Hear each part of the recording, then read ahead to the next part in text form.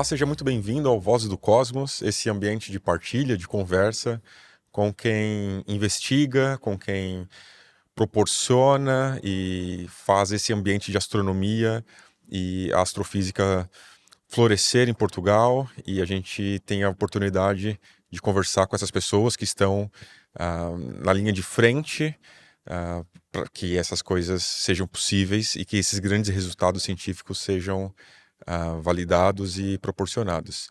Hoje, meu convidado fez a licenciatura, mestrado e o doutoramento em Física na Faculdade de Ciências da Universidade de Lisboa, cujo qual hoje é professor e investigador lá. E a gente vai aprender muita coisa hoje sobre instrumentação, sobre engenharia e essa fronteira entre o engenheiro e o astrônomo. A conversa vai ser muito boa e eu queria vos apresentar então e agradecer já a presença ao Alexandre Cabral. Seja muito bem-vindo. Ok, eu é que agradeço, Davi. Obrigado pelo convite. Olha, então estávamos a conversar um bocado antes de iniciar a gravação. Então, licenciatura, mestrado, doutoramento e investigação, professor, no mesmo, tudo isso no mesmo sítio, dá uma visão ampla, né, do ambiente, imagina. Sim, mas na realidade eu quando terminei a licenciatura na Faculdade de Ciências da Universidade de Lisboa, eu depois saí. Ah, ok.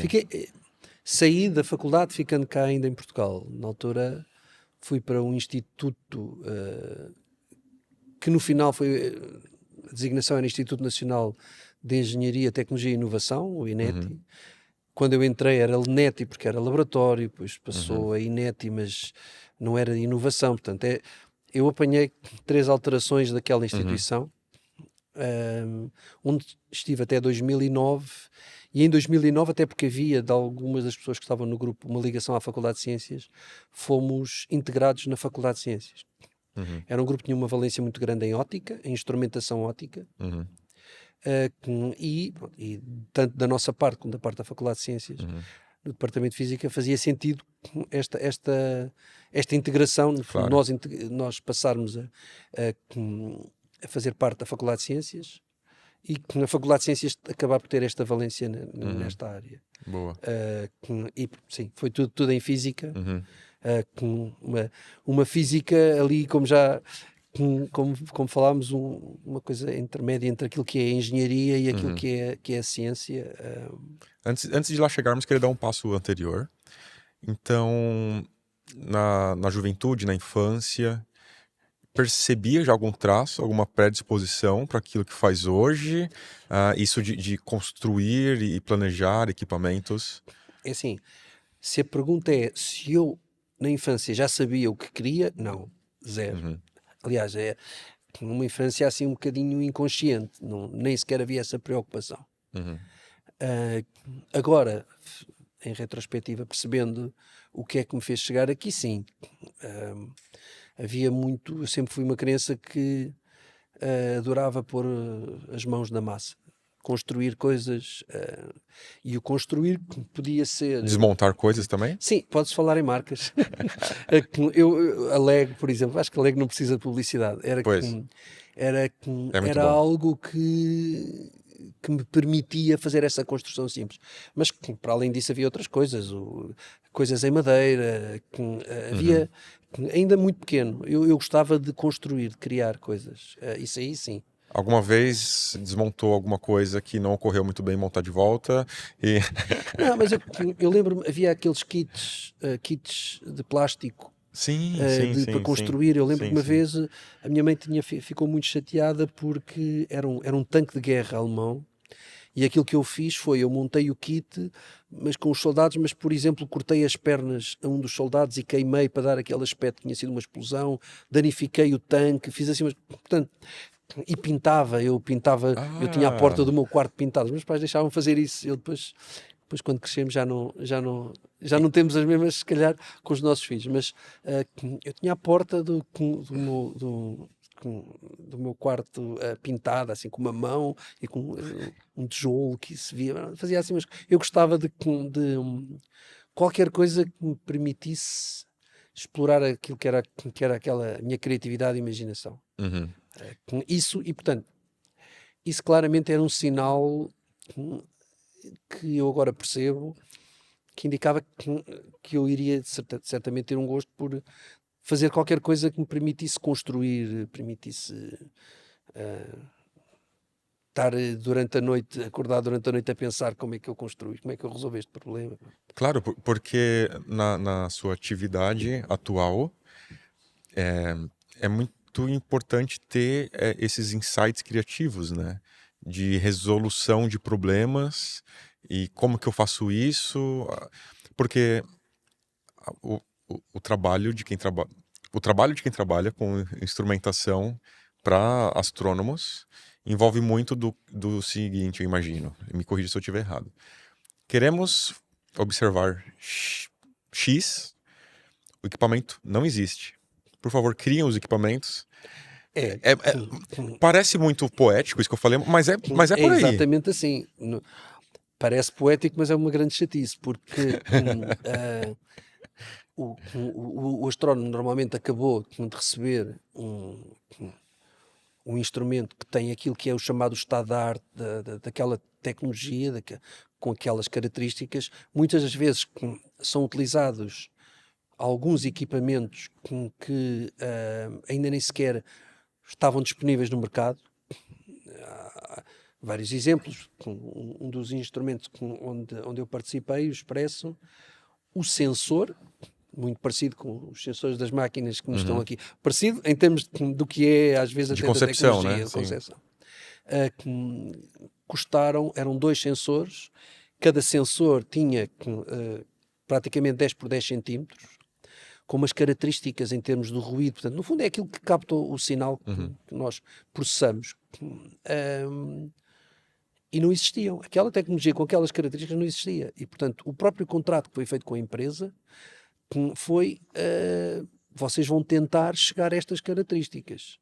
Porque eles próprios disseram, nós não sabemos. E estamos a falar de 2 sensores custarem os dois cerca de 1 milhão de euros. Uau. 1 milhão de euros e estamos a falar aqui há 10 anos atrás. E, portanto, claro que essa tecnologia ou esse avanço que foi necessário fazer para essa empresa, mais tarde proporciona que instrumentos que são usados no cotidiano já tenham. Hoje a pessoa pega no telemóvel, tira fotos espetaculares, Claro. aqueles sensores. Muitas das vezes essa tecnologia não é desenvolvida pelas empresas porque isso custa muito dinheiro. A ciência está por trás de muitos desses desenvolvimentos em muitas áreas. Portanto, quando o astrónomo nos pede qualquer coisa, eu acabei de receber este instrumento, passado 1 ano ou 2 já está com ideias, bom, era agora se nós tivéssemos um instrumento que para além deste fizesse mais isto, mais aquilo. E portanto, estão constantemente a sonhar, normalmente sempre muito alto, normalmente muito ambiciosos, que nós depois também acabamos por ter que ser ambiciosos, mas vamos ter sempre três grandes limitações. Uma é a tecnologia, o que é que existe. Outra é o custo, o financiamento. E a terceira é o tempo. Já aconteceram, então, pedidos impossíveis que esbarrasse muito em alguma dessas 3, ou até mais do que uma, e fala, isso não... Sim, já, é assim. Eu lembro no percurso de ter participado em projetos aquilo que é a astronomia chamada ground-based, ou seja, na Terra, portanto, e associado ao Observatório Europeu do Sul, aí normalmente há um primeiro conceito, uma ideia, chamada uma fase A, e depois é aceite e parte-se para a construção. E aí há muitos riscos, mas pode ser muito complicado lá chegar. Se calhar não se chega a 100%, mas a 75% ou 80% nós conseguimos. Há estudos que são feitos, há modelos, e parte-se para a construção. E aí, muito raramente, no final, o instrumento não funciona. Pode ter problemas e pode, em vez de demorar 10 anos a construir, pode demorar 15 ou 20. No espaço, por exemplo, aí já não é bem assim. No caso de projetos em que participei da Agência Espacial Europeia, em que aí as coisas são feitas por passos, há uma coisa que é designada por TRL, que é Technology Readiness Level, ou seja, o nível de desenvolvimento de uma determinada Uhum. tecnologia, e há passos, eu vou do nível 1 até ao nível 3, depois do nível 3 até ao nível Uhum. 5, cada vez ficar mais próximo do que aquilo que é, desde um estudo, passando Uhum. pelo protótipo laboratorial, até aquilo que vai voar para o espaço. No espaço as coisas são mais complicadas. E já participei em projetos que não passaram determinadas fases. Ah, ok. Algumas porque se percebe que a tecnologia é muito complicada e para conseguir fazer o financiamento tinha que ser muito grande, ou outros porque se chega à conclusão que isto vai ser mesmo muito complicado de fazer. Isso já aconteceu. Ok. Mais na área do espaço, sim. Pois, então, ah, mencionou durante essa sua fala do Observatório Europeu do O Sul. ESO, nós dizemos normalmente, para simplificar, o Sim, ESO, que é sim. o Observatório Europeu do Sul. E então o Alexandre tem mesmo um trabalho diretamente com o ESO e tem ido para o Chile, né? Para já, você Sim. tem uma ideia quantas vezes já foi para o Chile? Eu agora já não sei se já é 21 ou 22. Uau. Até, até ali às 14, 15, 16 a pessoa ia contando, Uhum. mas já foram bastantes vezes. E sim, é assim, o ESO é uma organização europeia, já começa a ter países fora da Europa, porque tem bastante interesse em participar. Tem a sede na Alemanha, Uhum. Portugal é membro, a ligação com o ESO vem desde 2001, Uhum. 2001. E porquê o Observatório Europeu do Sul? Porque foi encontrado no Hemisfério Sul, no Chile, no norte do Chile, no deserto de Atacama. Deserto de Atacama e não só, uma zona perto do deserto de Atacama, até onde foi instalado o primeiro observatório, que é o Observatório de La Silla, que está praticamente no início do deserto de Atacama, que é uma região muito grande, e é das regiões no planeta que tem, em que chove menos, o céu praticamente, o número de dias que está nublado é bastante reduzido e, portanto, estamos a falar de instrumentação e telescópios muito dispendiosos em que tem que se maximizar a sua utilização. E, portanto, aquilo é o sítio e é assim, no norte do Chile existem telescópios, observatórios americanos também, portanto, há Ah, ok. há vários observatórios. Aquele onde eu tenho ido mais vezes é o Observatório do Paranal, Uhum. onde existe o VLT de Very Large Telescope, ou seja, telescópio muito grande, Famosíssimo. e, e, a 20 metros, a 20 quilómetros Uhum. do VLT está neste momento a ser construído o ELT, que é de Extremely Large Telescope, portanto, um telescópio extremamente grande.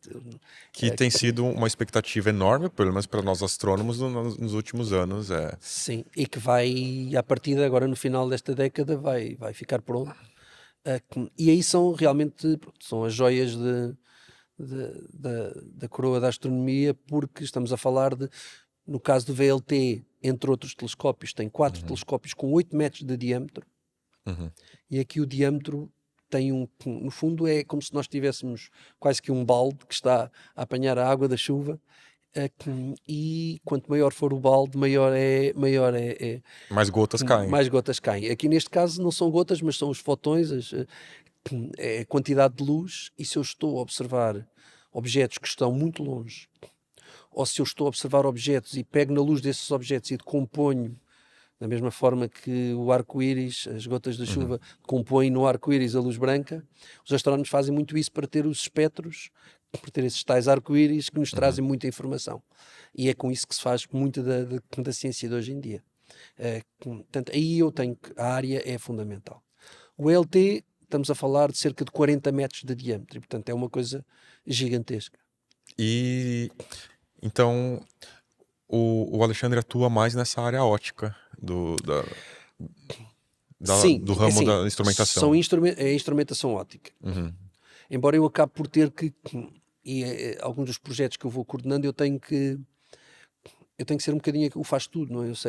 Eu tenho que saber de todas as áreas, e isso aqui é crítico, é fundamental, porque este tipo de projetos lida muito com a pessoa conseguir portanto, com todas as diferentes áreas, porque nós estamos a falar de ótica, mecânica, eletrónica, com a parte de software, tanto de controle como E deixe-me processamento adicionar de mais dados. coisas aí. Além de toda essa parte, como disse agora, também saber um pouco, Ah, muito de astronomia, se a coisa faz sentido, e ainda a coisa mesmo hands-on, né, da mão na massa de, será que, ok, essa peça, quando for lá montar, será que a mão vai passar por dentro ou não? Será que vou ter acesso? Então, eu imagino que é uma cadeia de conhecimentos de dezenas de assuntos, quase, para... sim, é assim, a parte da astronomia, claro, porque se nós estamos a construir, o nosso cliente são os nossos colegas neste caso, eu trabalho no Instituto de Astrofísica e Ciências do Espaço, e que tem 5 grupos de investigação, o da instrumentação, depois o mais ligado na área dos planetas, outras estrelas, galáxias e a parte da cosmologia, do universo. Ah, e são eles que muitas das vezes nos perguntam, é possível, e eu já disse há pouco, eles são bastante ambiciosos, e às vezes a ambição é assim, é como aquela criança que quer um cavalo, não é? E nós temos que lhe explicar que o orçamento familiar não é possível comprar um cavalo, Dá não é? para uma Não. trotinete. Exatamente, uma pequena bicicleta às vezes. Claro, e aí é fundamental para nós até compreendermos o que eles querem. E depois também, por exemplo, eu há bocado falei do arco-íris. Uhum. Se for na zona do visível, naquilo que o olho humano consegue ver, porque aqui trabalha-se em outras áreas, ultravioleta, infravermelhos, ondas de rádio, etc. Oticamente, construir um instrumento que funciona ali no azul a chegar para o ultravioleta ou ali no vermelho a chegar para o infravermelho Uhum. não é a mesma coisa. É muito mais fácil trabalhar e construir coisas na zona do infravermelho. Ah, é? É. Ok. Há várias razões da física e que estão ligadas a questões técnicas. E, portanto, se o astrónomo diz, olha, eu quero isto desde os ultravioletas até o infravermelho, Uhum. queres mesmo? Há dinheiro, olha, não há dinheiro para isso, então e se eu em vez de chegar para aqui, se chegar... Uhum. Tem que haver uma negociação. Nós temos que perceber qual é que é a importância sei lá, nas fases iniciais de concepção do instrumento, são definidos quais os casos científicos que se pretendem estudar, quais é que são os prioritários, Isso é importantíssimo, e, né? claro, isso define os requisitos dos instrumentos. Que Isso nos é que define quais são as características que nós temos que cumprir. para os astrônomos, nós astrônomos, é importantíssimo saber o que o instrumento faz, igualmente importante o que o instrumento não faz. Sim, Isso é fundamental para ir sim. observar e, ok, esse instrumento não observa esse tipo de objeto, esse tipo de radiação. É tão importante quanto saber o que ele faz, não é?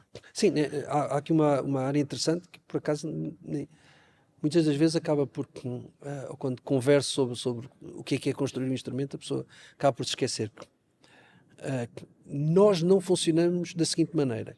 Dizem-nos que está aqui, é preciso construir isto com estas características e nós vamos construir.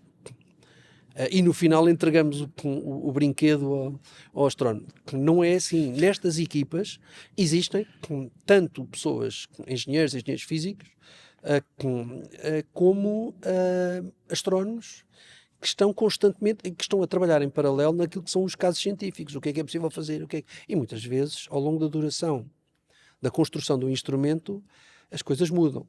Uhum. O tipo de caso científico, de repente, alguém descobre uma técnica que permite analisar as atmosferas de exoplanetas, planetas fora do sistema solar, Uhum. e aí até chega a acontecer, ainda não começámos a construir, o astrónomo diz, eu afinal pedi o carro com 3 rodas, mas mesmo bom era para o 4. É possível. Pronto. E aí, às vezes, há um esforço de redesenhar as coisas, refazer as coisas, Uhum.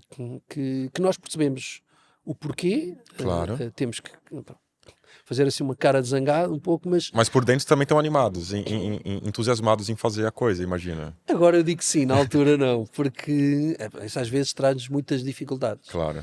Uma das coisas que é interessante com a gente mais jovem que vem trabalhar connosco, e aí ao fim de poucos meses nós percebemos se vão ficar ou se vão embora, ou se conseguem adaptar ou não. São filtrados de alguma maneira. É perceber até que ponto é que eles não se importam de... Estiveram durante 3 meses a fazer um desenho, a fazer um modelo, a fazer um estudo, e ao fim de 3 meses vão ter que refazer tudo, porque afinal aquilo já não vai ser utilizado.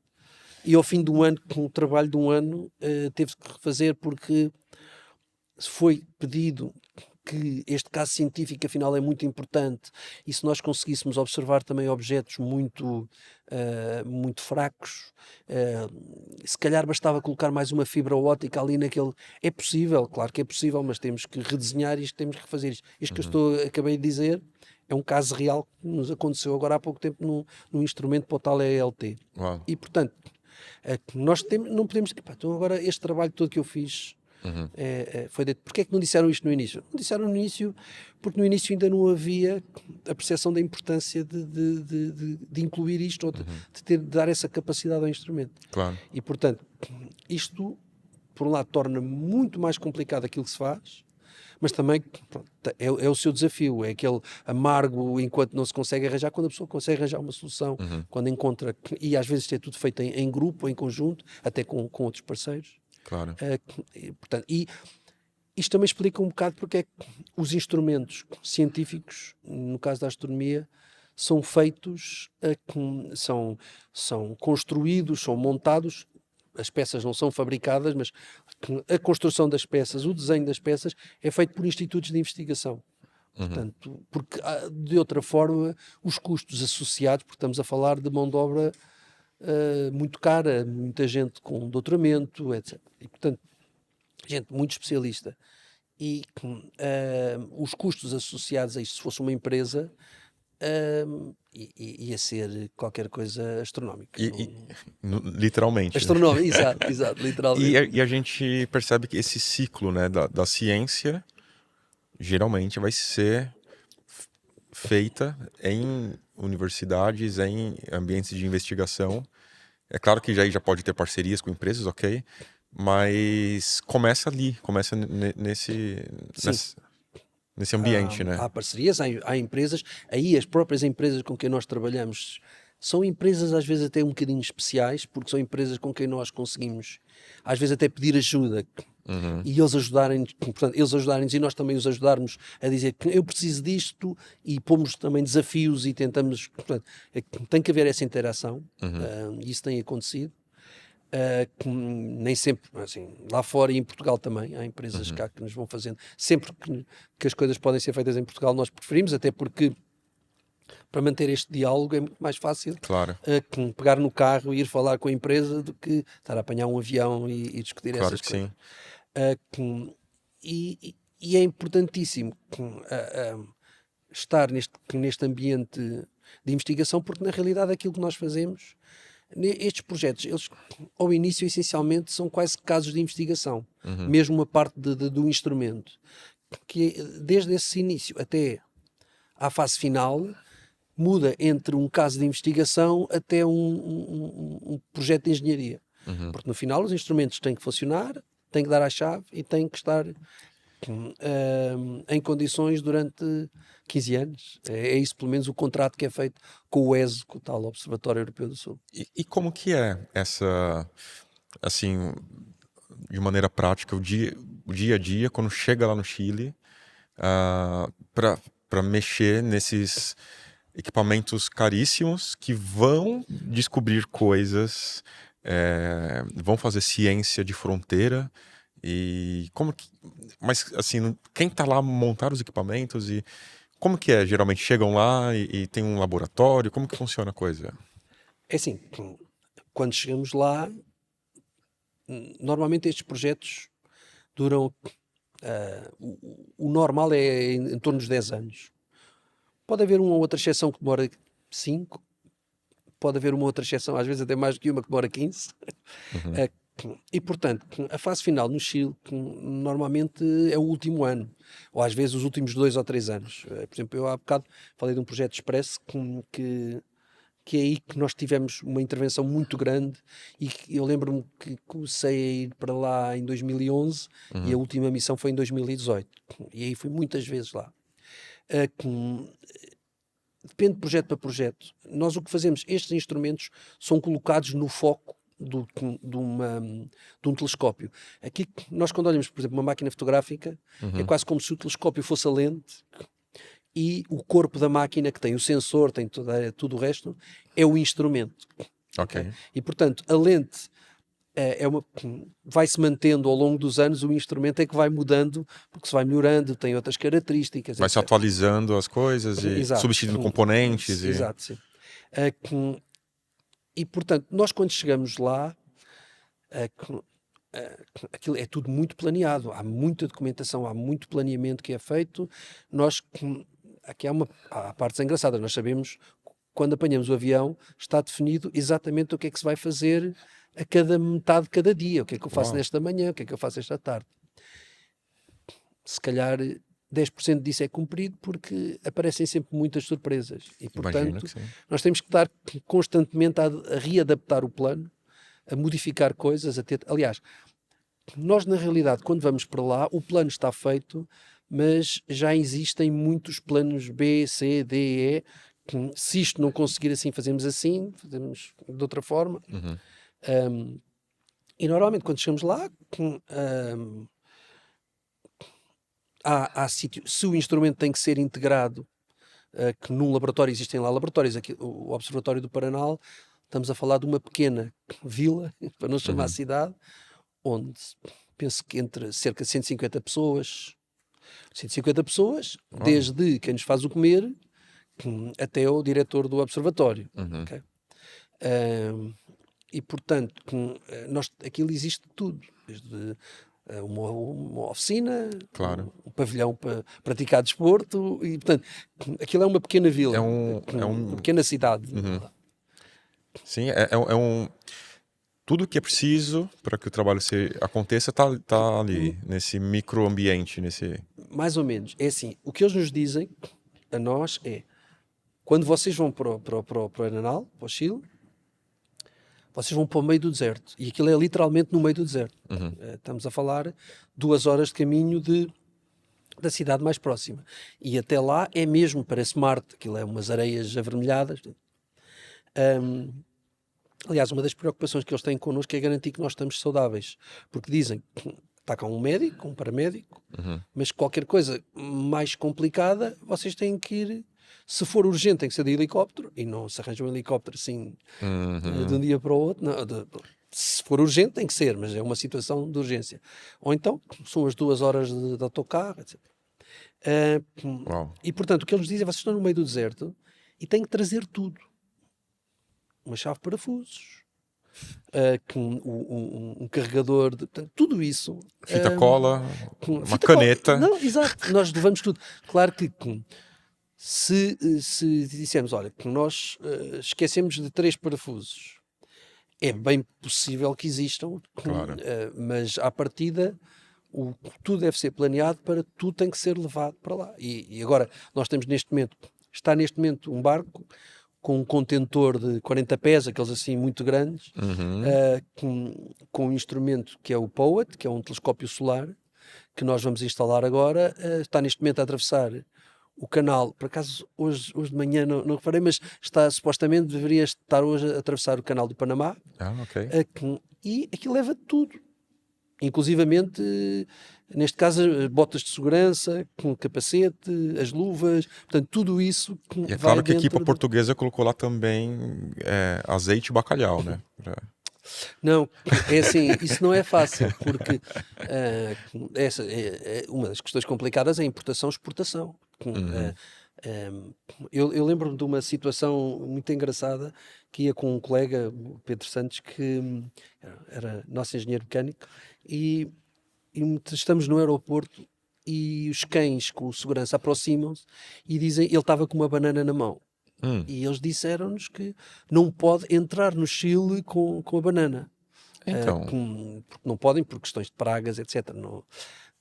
E ele até disse, e mostrou ao guarda no aeroporto, tinha um autocolante, assim, banana do Chile. Portanto, a banana Aham. era chilena, Aham. comprada cá em Portugal. Eu disse, mas a banana é do Chile. Mas pronto, ele depois riu-se e disse, bom, mas tem que comer. É que não é possível. Não, E na mesma banana entrou, só que no não, estômago, né? entrou no estômago, sim, sim. Não, mas, por exemplo, madeira, os Claro. caixotes que levam os instrumentos têm que ser de madeira tratada por causa dessas questões. Portanto, Uau. por trás de cada instrumento, às vezes há tanta coisa como o envio, o processo de contratar uma empresa para garantir que o instrumento que foi construído, montado e testado aqui em Portugal, que vai chegar no norte do Chile, Que não tem isso outras funções além daquela que foi. é uma dor de cabeça, às vezes tão grande como construir o próprio instrumento. Uau, imagino que sim. Eu digo tão grande, às vezes maior, porque no instrumento e os problemas que nós temos é qualquer coisa que nós percebemos e dominamos aquela matéria. No resto, o enviar uma encomenda, nós achamos que numa altura destas em que hoje tudo se compra pela internet, devia ser só contratar uma empresa e passado umas semanas estava lá, mas não, é muito mais complicado. Imagino que, assim, nós astrônomos não fazemos ideia do que se passa para depois a gente receber os catálogos de imagens, posições, espectros. Queria que você, se pudesse mencionar para gente um pouco um projeto em especial que é o Moons, Sim, que, pelo menos para mim, impressiona muito aquele tamanho, aquela capacidade e aquelas fibrazinhas todas a se mexer. As pessoas, se puder explicar um pouco mais como que isso é interessante e é um projeto que está quase a ser já. eu acho que neste momento também vai a caminho. Esse, por acaso, o mundo não sei em que zona do globo está, mas está também praticamente a chegar. O poeta que eu referi antes para mim, acaba por ser mais especial porque é um instrumento apenas português. E, portanto, é quase que a primeira vez que se faz qualquer coisa desta dimensão Fantástico no isso. Paraná. Portanto, inclusivamente, estou neste momento uma empresa chilena a construir a própria cúpula que vai ter o telescópio, é um telescópio solar, é o único telescópio solar que existe no Paraná, portanto, tem aqui vários aspectos bastante especiais. Não precisa ser muito grande pro Sol. Não, mas toda a gente anda muito aflita com o facto de que tem o espelho principal são 600 milímetros. Toda a gente acha que nós vamos queimar tudo e mais alguma coisa, porque concentrar a luz do Sol de 600 milímetros numa zona muito pequenina isso foi um dos cuidados que nós tivemos que ter e fazer muitas contas e aí mais uma vez fazemos os modelos dizem que sim, mas nós não temos que testar e tivemos que testar e na realidade aquilo comprovou-se que o primeiro elemento, por exemplo, que vai receber a luz, que não vai queimar. Claro. Mas esse o Poet. O Moons é um outro filho do nosso grupo de instrumentação. Uhum. Aí quem lidera esse projeto são os nossos colegas escoceses do UKATC. Uhum. É um projeto muito complicado, muito ambicioso. Eu consegui encontrar uns slides de uma apresentação, os mais antigos, de 2010, e portanto estamos a falar há 16 16 anos. anos atrás, e portanto este vai demorar mais de 15 anos, e principalmente pelas dificuldades tecnológicas. Essencialmente e para o VLT, os tais telescópios de 8 metros, é o maior e o mais pesado instrumento que alguma vez foi colocado. Há uma parte que é chamada o front-end. O front-end é o quê? É aquilo que é colocado no telescópio, que recebe a luz e processa a luz com fibras ópticas, com pequenos motores, com lentes grandes, etc., para injetá-la numa fibra e depois essa fibra vai levar para aquilo que é o espectrógrafo. O espectrógrafo é a tal máquina que vai fazer o arco-íris, não é? Com um detalhe enorme que permite ver linhas de absorção, que nos dizem quais são os componentes que existem nas galáxias, etc. O espectrógrafo são muitas toneladas e mais toneladas do que a plataforma onde são colocados os instrumentos teoricamente permitiria. Foi projetada para suportar. Sim, exato. Claro que depois são feitos estudos para perceber até que ponto é que nós podemos ceder Que nós estivemos associados à parte do front-end, e é uma coisa que foi muito interessante de instalar, que é um corretor de campo. Há muitos instrumentos ópticos que têm uma lente junto ao sensor para fazer com que a imagem, o plano onde as coisas são focadas, sejam mais direitas possíveis. Por exemplo, nas máquinas fotográficas, os sensores, por enquanto, são direitos, são planos, não são curvos. Aqui estamos a falar de uma lente que tem 800 milímetros de diâmetro. Isso é uma das coisas que já lá está, já instalámos há cerca de 3 anos. E, portanto, era suposto ser das primeiras coisas a serem instaladas e no ano a seguir ser instalado tudo o resto. Portanto, isso foi instalado há 3 anos, este ainda está a demorar um pouco mais. E tudo isso consegue preparar a luz e cria uma imagem praticamente com 1 metro de diâmetro, os tais 800, são 880 milímetros, portanto, quase 1 metro. E nesse 1 metro está a haver uma porção do céu que tem a dimensão da Lua. Nessa zona é possível colocar 1000 fibras. Portanto, há uns pequeninos robôs, isso foi feito da responsabilidade dos nossos colegas escoceses, são 1000 robôs que Cada um com colocam uma a fibra. fibra na zona onde vai estar a galáxia.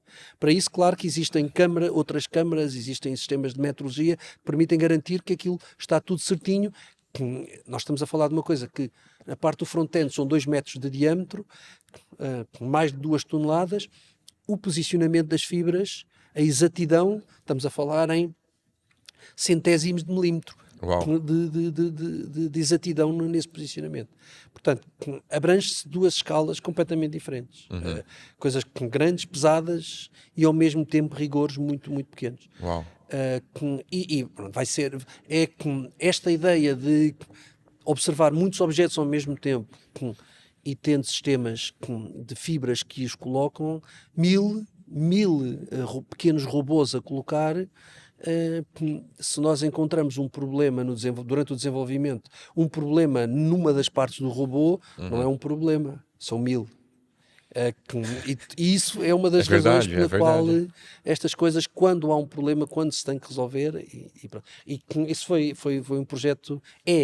Porque aí mais antes, primavera, verão, vamos ter que ir lá ao Chile para tratar da nossa parte, ajudar o consórcio na nossa parte na instalação vai ser espetacular, porque é uma coisa realmente muito grande, mas E agora, talvez dando um salto para um outro assunto que tem tudo a ver, passa pela minha cabeça. Ok, o Alexandre tem esses conhecimentos, tem digamos, esses equipamentos também à disposição.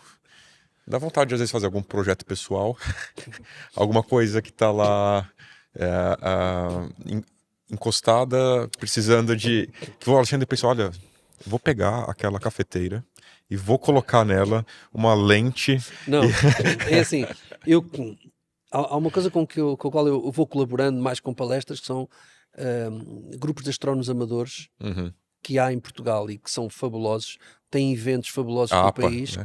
A APA é a Associação Portuguesa de Astrónomos Amadores, e depois existem outras associações também, outros organismos, e que fazem coisas fabulosas, fazem eventos durante o verão. Então, quem nunca espreitou por um telescópio, procure-os e é assim, é fabuloso. E eles são fantásticos, sim. São. E eu colaboro muito e gosto e cada vez que eu vou pergunto, que telescópios é que tens? E eu digo, nenhum. Por acaso tenho um muito simples que uma vez construí quando vou às escolas para mostrar, e tenho um modelo simples que consegue simular aquilo que foi o telescópio que o Galileu conseguiu construir. Mas são coisas muito simples, muito rudimentares. Eu não tenho vontade nenhuma de o fazer, porque eu, para fazer, ia querer fazer as coisas de uma forma bem feita, muito perfeita, ia gastar muito dinheiro, muito tempo, e eu já faço isso portanto, eu tento fugir à parte ligada à minha vida profissional. Tenho, por exemplo, um barco em madeira que estou a construir e que já vem eu tenho vergonha de dizer quando é que comecei, muitos anos, depois teve parado durante muito tempo. Quando foi da altura da pandemia voltei, e neste momento estou na fase de colocar as velas. Portanto, é uma coisa, tem alguma dimensão, talvez 300, 400 milímetros o casco, mas o próprio casco é feito com madeira que eu tenho que umedecer para dar-lhe a forma. Portanto, tudo aquilo é Ok. feito com muito cuidado. Isso, por exemplo, é uma coisa que eu gosto de fazer para conseguir fugir a tudo o resto, porque o envolvimento nestes projetos é muito intenso. Às vezes é de manhã, à tarde, à noite, durante a noite, às vezes. Então o descanso da construção é É com fugir. construção de outras coisas. Sim, Outros mas materiais, sim, outros sim, objetivos. sim. Não, porque aí se eu não tiver algo em que tenho que estar concentrado e estou focado e é aquilo, eu volto outra vez aos problemas. Há uma história engraçada de que quando estávamos a construir coisas para o Expresso, em que nós tínhamos, portanto, o Expresso é um sistema óptico pai, com 100 metros, composto de vários subsistemas, portanto, prismas, lentes, que eram colocados em diversas zonas, porque o Expresso, na realidade, junta a luz dos 4 telescópios de 8 metros. E neste momento, a maior área de coleção é 16 metros e fomos nós portugueses que a construímos para o Expresso. E nós já tínhamos preparado a documentação toda, uma coisa que é um desenho detalhado, é os desenhos antes pedimos às empresas para fabricarem, para nós depois montarmos. E nós vamos, ok, este já está, passamos ao próximo. Este já está, passamos ao próximo. Este já está. E eu durante a noite estou a sonhar que estas coisas depois são revistas por um grupo ligado ao ESO, ou até pessoas convidadas que vão fazer a revisão se está tudo ok. E pronto, é uma análise quase como um exame na faculdade. E eu eu estou a sonhar que eu estou nessa revisão e alguém está a dizer que havia um suporte de 2 espelhos que ia fazer um periscópio que não estava correto. Porque eu estava a suportar o espelho em mais do que 3 pontos, 3 pontos definem um plano, e se nós usarmos mais do que 3 pontos, vamos deformar, é difícil ter uma superfície. E eu estava a suportar em 6.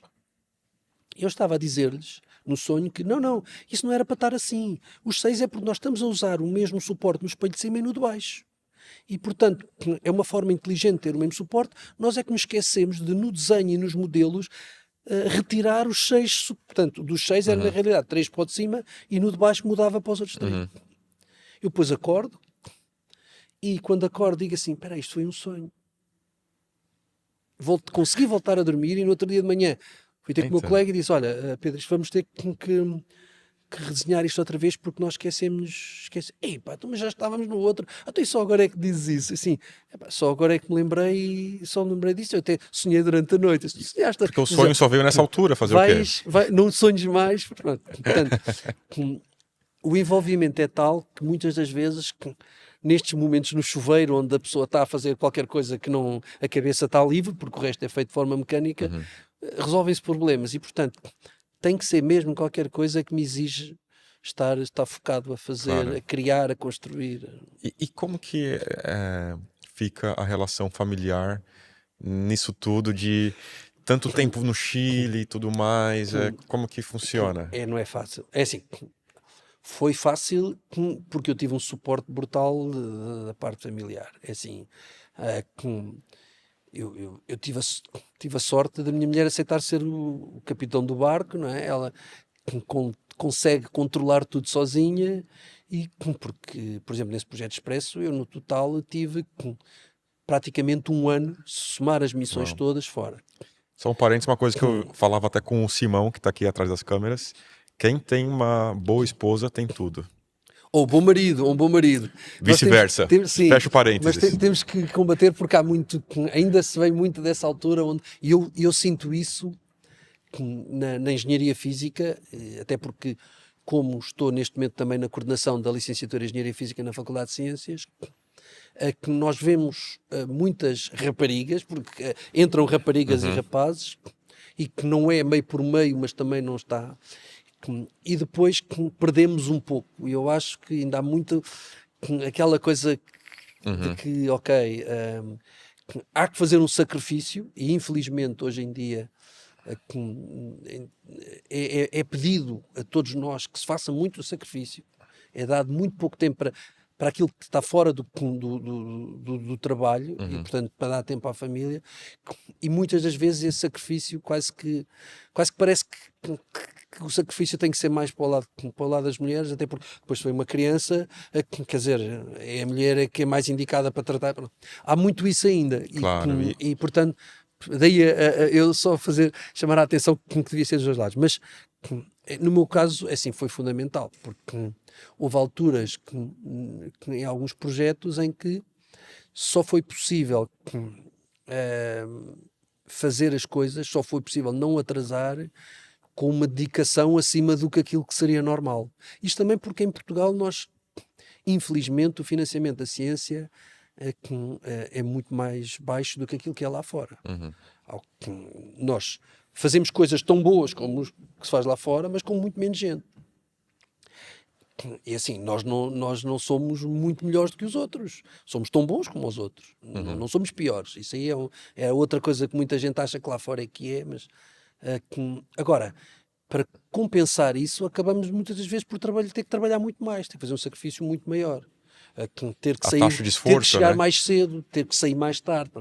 Isso muitas das vezes só é possível com o apoio familiar e o esforço familiar, que aí é verdade. Muitas destas coisas que se fazem em Portugal, na parte científica, muitos desses grandes feitos, cada vez que acontece, cada vez que é descoberto um novo planeta, cada vez que se descobre que há uma galáxia assim ou assado, cada vez que alguém tem na área da biologia, em qualquer área da ciência, feito com qualquer coisa maravilhosa, raramente se vai perguntar quais é que foram os sacrifícios que foram necessários fazer, ou teve uma vida normal, do estilo saía às 5 e 6 e ia buscar os filhos à escola, fazia isso sempre,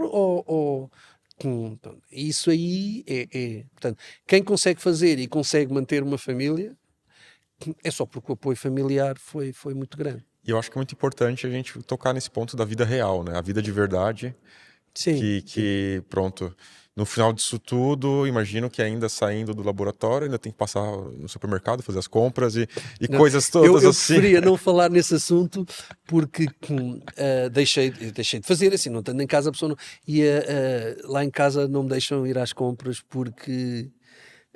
Então, porque eu não sei fazer compras no supermercado. não, Alexandre.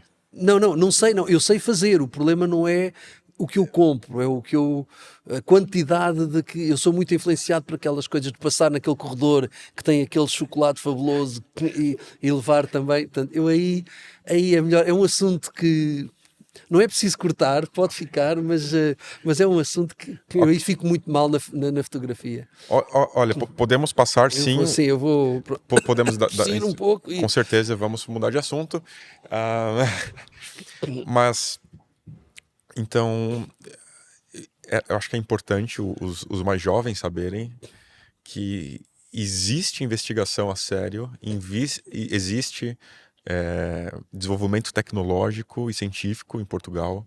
Essas pessoas estão aqui e os institutos estão cá e é possível para aquele jovem que talvez tenha um sonho, mora talvez num lugar mais distante, pensar, mas eu nem tenho as maiores notas. Isso para mim é uma coisa distante, impossível, vou fazer outra coisa. Não é bem assim, né? Não, é assim. A questão das notas era uma outra conversa, porque então em Portugal as coisas são muito. O ensino é muito focado em conseguir obter notas para entrar na faculdade. Eu vou ser muito sincero, eu se fosse um aluno hoje, eu não sei se calhar se entrava se tinha esta carreira. Eu lembro-me no 8º ano, era um aluno, não chumbei, quase não calhou. Não era, lá está, muita criatividade, muita imaginação, mas a adequação àquilo que é o ensino e a avaliação, etc., não foi fácil. Agora, é verdade, em Portugal faz coisas muito boas, que nós participamos naquilo que são os maiores instrumentos que estão a ser construídos em todo o mundo. E é assim, é uma carreira que está aberta aos jovens agora. Eu acho que também, eu lembro-me que quando eu terminei a faculdade e pensar qual que era o meu futuro, eu nem sequer pensava que tinha que arranjar um emprego, que tem o dinheiro, as coisas iam aparecendo naturalmente, que não havia essa pressão. Eu, pelo menos, não tive. Eu lembro dos meus pais dizerem que estudas é para ti, o que estudar. Se estudares muito, podes ir para um emprego assim. Se estudares pouco, vais para um emprego assado. Se bem que, portanto, isso às vezes, às vezes estuda-se muito, há empregos que são, Mas olha são fabulosos. que importante ter pais que deem essa segurança, né? Que Não puderam havia, dar não essa havia a segurança, pressão, né? não havia a pressão. E eu vejo hoje em dia, os jovens é completamente diferente. Os próprios pais colocam nos filhos uma pressão enorme e eles entram já para a faculdade a perceber o que é que eu vou fazer, onde é que eu vou ganhar dinheiro. E isso não permite que os jovens façam uma coisa que eu acho que é fundamental. Escolherem fazer aquilo que lhes dá prazer. Aquilo que conseguem fazer por gosto. Porque aquilo que eu dizia há pouco daquele esforço que é necessário fazer a mais para conseguir para conseguir construir os instrumentos, às vezes ficar a trabalhar. Isto só é possível, claro, eu falei no apoio familiar, mas também só é possível porque a pessoa está a fazer uma coisa que realmente gosta e que dá um prazer brutal. Porque senão é insustentável, né? Com o Porque senão tempo. a pessoa não consegue. Aí a pessoa não consegue. Pode E, se aguentar portanto, alguns anos, mas lá no fim a e coisa. aí a pessoa o que deve fazer é procurar fazer aquilo que realmente gosta, aquilo que lhe dá prazer. Porque ao mesmo tempo, quando nós estamos a fazer aquilo que nos dá prazer, nós conseguimos otimizar aquilo que são as nossas valias. Alguém que tenha dificuldade em escrever, por exemplo, Uhum, há profissões onde o escrever praticamente não é muito necessário. uhum, É assim, a pessoa deve tentar ir por aí. uhum, E isto começou para perguntar esta área para os jovens. É uma área que para os jovens é interessante. Alguém que gosta de pôr as mãos na massa, construir, criar coisas, uhum, é muito giro. E depois é uma área que permite eu tenho viajado imenso. Eu tenho uhum. trabalhado imenso com grupos estrangeiros. Nós não estamos, não fazemos estas coisas sozinhos. O Poeta é o primeiro, como eu disse, é o primeiro projeto Fantástico. português em que temos que nos desenrascar sozinho. Uhum, Normalmente não. Normalmente os outros projetos são com grupos que hoje em dia muitos deles já são amigos. Eu tenho muitos colegas com que estou a trabalhar de outros países que são amigos. E isso Já faz, acho que, toda a diferença no trabalho, né? Ter essa relação humana entre os investigadores, entre as pessoas que estão ali trabalhando, porque às vezes uma pessoa que é super técnica, sabe tudo, mas não se expressa bem, não é amistosa. Essa componente humana também está presente na ciência, né? tá, tá, sim. É assim, claro que alguém que seja mais introvertido tem lugar também, não é? Claro. Às vezes até muitas vezes influenciado pelas outras pessoas do grupo que são assim, mais extrovertidas. Eu sou um dos extrovertidos. Não, mas eu nem digo tanto quanto a personalidade. Digo assim, vou rasgar mais o português. O caráter, o ser humano, ah, olho no olho e vamos. Sim, Isso. sim, sim, sim. A ciência precisa disso também, né? Mas a ciência, há competição, sim. Mas, por exemplo, nestes instrumentos que nós construímos, ah, a competição, enquanto se constrói um instrumento, não existe. Existe um objetivo único entre toda a gente da equipa. Quando eu digo toda a gente, é toda a gente da equipa que está a construir um instrumento. Com portugueses, com suíços, com escoceses, e portanto, uma dificuldade que eu possa ter, um outro parceiro, se sabe fazer aquilo, vem ajudar. E não há aquela coisa de eu vou-te cobrar, não. E há uma coisa que também que existe, calhar não existe com toda a gente, mas eu pelo menos sempre tive essa atitude, que é a maior honestidade possível. Se dizem qualquer coisa para fazer, ou é preciso conceber aqui este sistema que tem estas características, é uma área onde eu digo, olha, pá, mas eu não sei fazer isso. Isto, como é que é? Isto nem sequer é a minha área de especialidade. Ou seja, nós nem sequer temos aquela necessidade de nos proteger e dizer, pá, se vou dizer que não sei, estou tramado, vão dizer, este não sabe fazer. Não, aqui é possível. Noutras áreas, se calhar, na zona mais da indústria, muitas vezes é visto como uma fraqueza e até pode ser aproveitado quando a competição é maior. Uhum. E portanto, é importante, às vezes, esse caráter, mas molda-se também. E quem está num grupo destes, a trabalhar durante uns anos, quando percebe que pode ser honesto, torna-se muito mais fácil nós trabalharmos de forma honesta e dizer: "Olha, eu fiz asneira, eu não sabia que era assim, eu tentei", pronto. Acaba por ser muito mais fácil. Ahm, Falando então em jovens e também em honestidade, isso me lembra crianças. Então eu tenho agora um desafio para Alexandre. Ok, Eu recebi algumas perguntas de umas crianças que são do agrupamento de escolas Pero da Covilhã, Escola Básica de Santo Antônio. É uma escola que eu já dei algumas palestras online, lá me conectei com eles e eu disse que ia fazer aqui esse programa que teria investigadores de diversas áreas que podiam mandar perguntas. portanto, escola básica, tem que idades? Estamos a falar de Entre 7 a 9 Ok, anos. ok. Eu depois a seguir, já tive experiência com com alguns alunos no pavilhão do conhecimento e é fabuloso. As É, perguntas são fabulosas. são fabulosas e o desafio é responder essa pergunta para uma pessoa dessa Sim, idade, ok. de 7 a 9 anos. E já Ah, agora, eu peço, eles são de onde? são da Covilhã, Da Covilhã. Ok. da Covilhã. E eu vou preservar, é claro, o nome de quem pergunta. Ah, e nem sei se a resposta. Pronto, dá a resposta que achar que deve. A pergunta muito direta e honesta: qual foi o primeiro instrumento de astronomia a ser construído? Isso é fácil. Ah, o primeiro instrumento da astronomia a ser construído foi o Galileu Galilei. Galileu, uma pessoa fabulosa, um verdadeiro cientista. E ele fez uma coisa muito interessante, que foi... Há muita gente que julga que foi ele que inventou o telescópio, mas não foi.